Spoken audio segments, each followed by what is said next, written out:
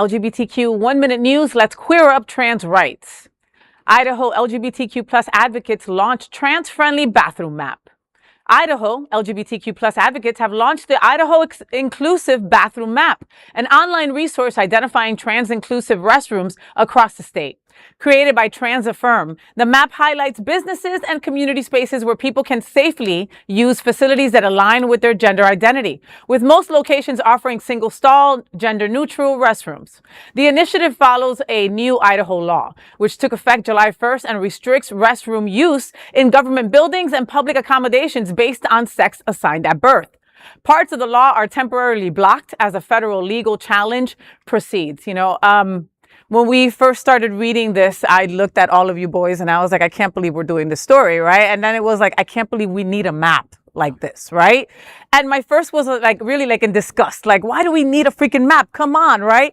But then my second thought was like, we need a bathroom map, I think about our fellow anchor, Raji Narayan Singh, who always tells us about how she's in constant fear whenever she needs to go to Tallahassee because she's fighting for our rights wherever she goes, that they have to drive from here to Tallahassee and that they will not stop in bathroom stalls. Right? That they will have to make different, other ways to go to the bathroom on a 10-hour trip because of their fear of stopping in certain cities.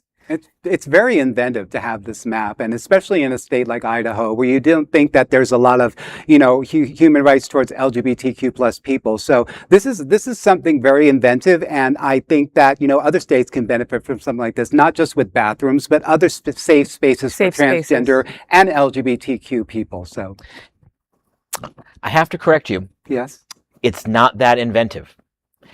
Back in the 50s and 60s, probably the 40s, there was the Green Book. Yes. That where Black people who were traveling, going on road trips, would be able to know where they would be served, where they could get hotel rooms. There was a movie based on it about 7 or 8 years ago, starring Mahershala Ali. So this is not new.